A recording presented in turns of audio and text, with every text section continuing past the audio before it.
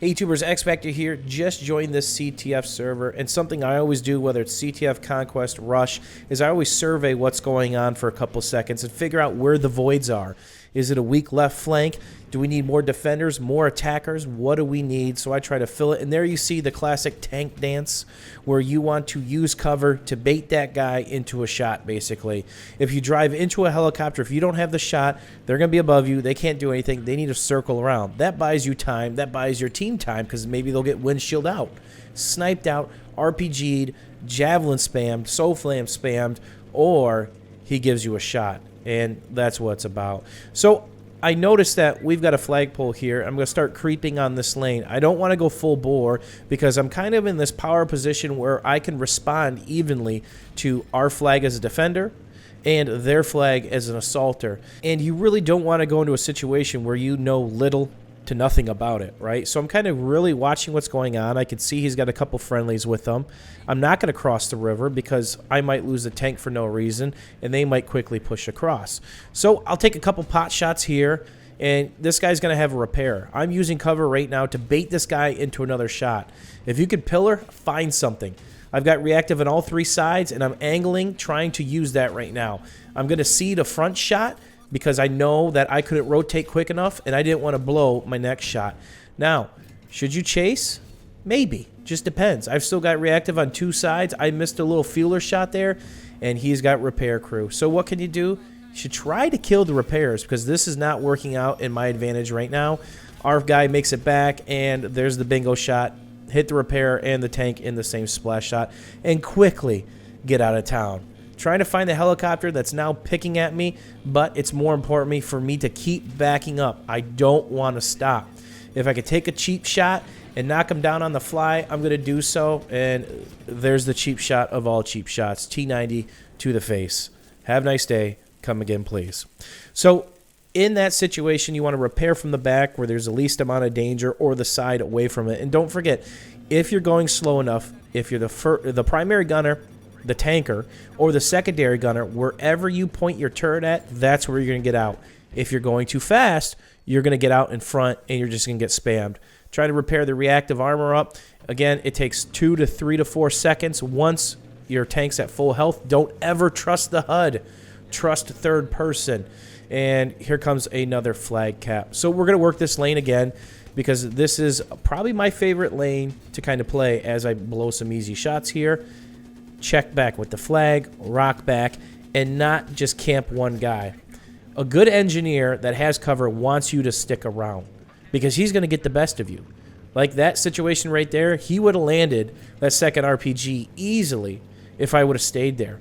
So back up, get full health, reassess the situation, come back. The thing about tanking in mid and why I hate putting the tank at mid is because you can be surrounded in a split second.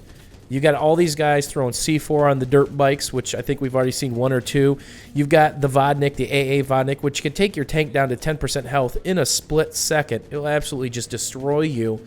And you got all the engineers. If they get behind you, if they get positioned, you're not going to have a good time, right? That guy's already smoking. He is not repairing. That's one thing to always take a look at. Do you see sparks flying from the Little Bird, from the Venom? If so, that guy's not going to be dead yet, more than likely. He'll probably repair through that as long as he's got enough height.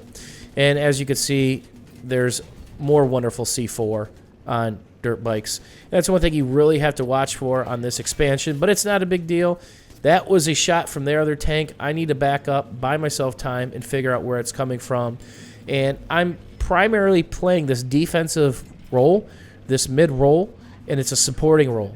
You won't see aggressive tank play in this footage right here because we've got guys that are assaulting and taking the flag. They're probably set up. They got a couple recon beacons, and this is the one game mode where recons can really pay out dividends. When they drop that beacon back in their spawn area by the flag, it is an absolute headache with all the hills. And there you see them trying to C4 me from the skies. So I'm going to go out on a limb and say that's the guy that's tried to C4 me with the bike now 3 or 4 times. That's failed miserably. So as a tanker, stay alert. My gunner, doing a good job. Random guy in a pub, doing a great job. And there's more gifts from the heavens. Thank you. Come again. I'll gladly farm that kill all day long. So that means the helicopter is probably close, right?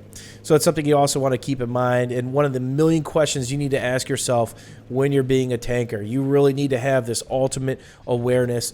Zoom out of your mini-map a couple times, zoom back in when things get hot and heavy, and when you see a situation like this, a couple bad guys by your flag, just kind of babysit them. Keep them from pushing you, make sure they're spotted. Hopefully the infantry go rush the area and clean up on aisle 6. But seriously, who put that semi-truck there? That wasn't there a second ago, I swear.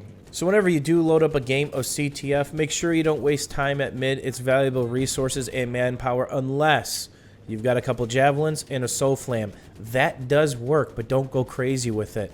Then ask yourself, do we have enough defenders? Do we have enough assaulters? Where should our armor probably play? Do I need to be the aggressor? Do I need to be the defender? Where's their air? Where's our air? Where's their armor?